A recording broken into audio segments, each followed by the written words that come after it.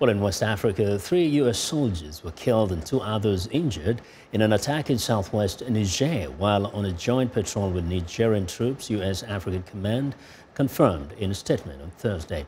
The statement also revealed that another partner nation soldier died in Wednesday's attack, but it did not specify the nationality of the victim. The wounded are reported to be in stable condition and have been evacuated to a medical center in Germany. For more on the attack in Niger, I'm joined by Pentagon correspondent Carla Babb. Carla, what more do you know about this attack? Well, Vincent, I've just learned that the 3 killed were U.S. Army members, and they were part of the Green Berets. That's the Army's Special Forces. I can also confirm that that partner force member that was killed was a member of Niger's armed forces. We also know from French officials that they did help with the evacuation after the attack. But what we still don't know is who's responsible for this.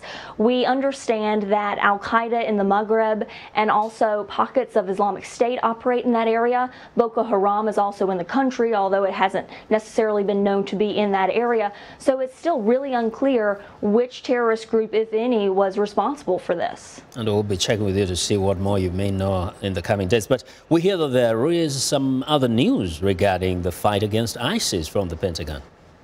That's right. Just today, Iraqi forces backed by the coalition have liberated the city of Hawija. That's near Kirkuk. This is one of the last major strongholds in Iraq. In fact, we're learning that more than 1,000 Islamic State terrorists surrendered during this attack, and it only took 14 days to free them from Islamic State control. So that's really good progress for the Iraqis in their fight against the militants. And we talk about, this is a kind of a new strategy here that is being employed by the Pentagon. Can you tell us a little bit about it and tell us what the difference is with the one that was in place during the Obama administration?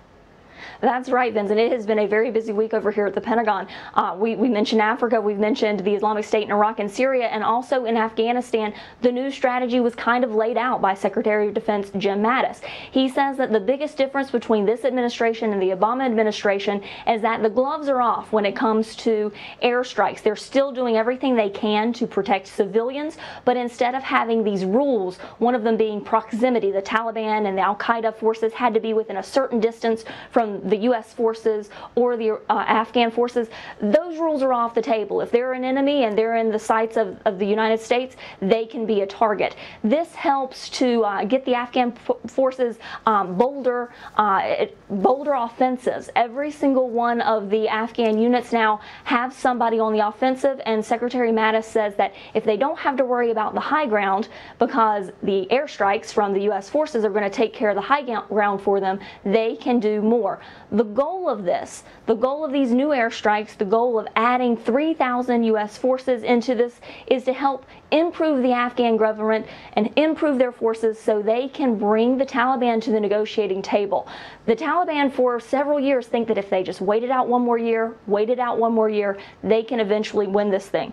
And Secretary Mattis says that these next steps have proven that the United States is not going to go anywhere. They have gotten rid of the timelines for withdrawal because they are going to be there as long as it takes for the Afghan forces to bring the Taliban to negotiate peace. That is the final solution. And the last thing he said in the hearing that he had earlier this week was that those 3,000 forces were mainly going to be used to advise and assist at the brigade level, going down even further. They're not going to be fighting this war for the Afghans. They're going to be helping them, because he said every time that the Afghans were fighting the Taliban with the advice of the U.S., they were winning, and he wants to keep that going. It's a tough war there. Thanks a lot, Carla. Thanks, Vincent. That's VOA's Carla Babb reporting live from the Pentagon.